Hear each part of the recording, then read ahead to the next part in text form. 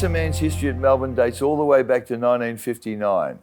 He's been a triple premiership player, a three-time club champion, a captain, a director, a chief executive officer, and an enduring father figure. It's been a monumental contribution. Hassa, welcome. Thanks, Michael. The only thing here that you didn't do was coach. Did you ever get close? I got close a couple of times. I was asked to, in 1972, after we won the premiership in South Fremantle, Jimmy Cardwell asked me to come back and would I be interested in it. And again, when Brass finished in 1966, again I was asked to apply for the job. And you said no both times? Well, at that stage I'd been with Mobil Oil for a long, long time. I had 29 years with Mobil Oil, and I was a national manager, and coaching then was a bit precarious. So It still is. It still is, and I thought the career with Mobil was probably more important at that stage for me. You seem to have a sort of a love-hate relationship with Jimmy Cardwell. I remember you telling me the story about going back to when you started at Melbourne. Tell us the conversation you had with him before the last practice game. Well, Jim had recruited me after my first senior game at Melbourne, and I came down and played the practice games, and on the Thursday night before the last game, Jim came up and sort of said, pulled me aside and said that, Hassa, you're not playing well at the moment. You are an embarrassment to me. He said, because I'd promoted you as being one of the recruits of the year, and he said that on Saturday you will be playing on Jeff Case, Mad Mick as he was known, and he said he's been told to test you out. So Saturday came and I played reasonably well. Reasonably well means what? Kick four. Which then basically got me 19th man for the first senior game against Richmond. And you played in the premiership that year, the first year, 1959. And the second year too. Yeah. So I was very lucky. Yeah. Your relationship with Norm Smith, Hassa? Very, very close, Mike. I've openly said that what I achieved in football, I owe to Norm Smith. Norm was just probably one of the greatest men that I met in my life. Had such an impact on my life. I think through football, Norm was a man of very strong principles, as you would know. Honesty, loyalty was high on his agenda. Family values was very, very strong. And I just admired the man, and he's probably the only person that could ask me to run through a brick wall, knock yourself out and double up and back up again. Yeah. Okay, let's go to 1965. You replaced Ron Barassi as captain after Barassi went to Carlton. Yes. It's mid-season. In fact, it's the eve of round 13. Yes. You know where I'm going with this. I know where you're going. The MCC sent a courier around to Norm Smith's place and he told him he's been sacked. Yes. It was, in the context of today, I can't imagine a bigger story. How can you come to grips with that? I mean, look at Norm's record, coach of the century, had Melbourne in 11 years in finals, winning 6. Yeah. Should have run really probably 6 in a row, 55, 6, 7, 8 was a disaster, 59, 60. And then finals right through then to 64 and won it again. I mean, from a captain's perspective, we never anticipated anything like that. We never saw anything leading up to it. As I said, and I was talking to Norm actually on the phone, and through the phone I heard the doorbell ring. And Norm would ring every Friday night and explain how we were going to play and what tactics we were going to use. And when the doorbell rang, he excused himself and basically came back 2-3 minutes later crying on the phone, and I thought it was a crank. And I said, get off the phone, you stupid be, you know. And he convinced me it was him. So Glennis and I then immediately jumped in the car and went across to Norm's place, and we were met at the door. He lived at Coburg, didn't he? Lived in Coburg, Bell Street, Coburg. And where were you coming from? From Eltham. Right. And Norm opened the door, crying. Marge, his wife, crying. Glenn Smith, his brother, and his wife, crying. So Glennis and I joined in. And things were never the same after that, were they? Never the same. And that was the start of Melbourne's, demise. And then 2 years later, or 1 year later, Norm gave it away, and then had a break, and then went to South Melbourne. How unlucky were you? You take over a premiership team. Yeah. You're 24, taking over a premiership team as captain, and through no fault of yours, the club doesn't play finals for another 23 years, and it's 57 years before they win another flag. Yeah, well, things changed a lot. You've got to appreciate that, 69, up until 69, this MCG was our home. We trained here, we did everything here.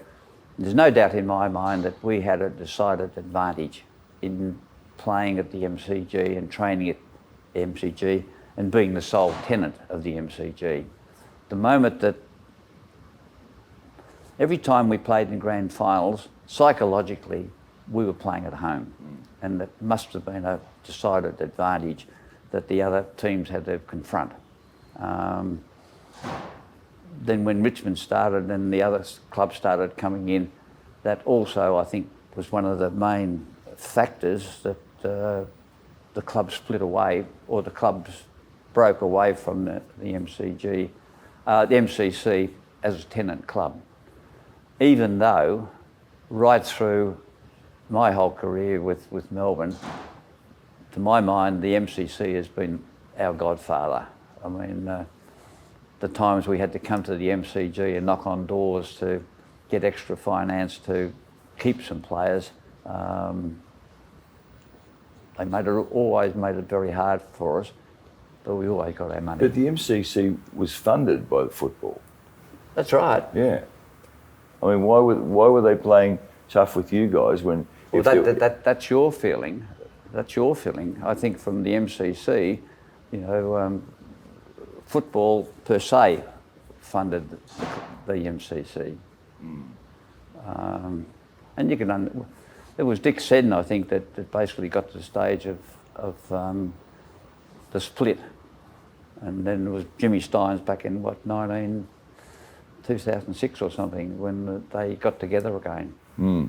You've always been Melbourne, haven't you? Even though, despite the disappointments that might have happened at the end of your playing career and along the way, yes, your heart's always been here, hasn't it? Absolutely, absolutely. As I say, I owe whatever I have achieved in life, business and sport, I owe to A. Norm Smith, B. to the Melbourne Football Club, and I will never forget that. Now, the great RDB, Ronald Barassi, yes, you played a lot of footy with him. Yes.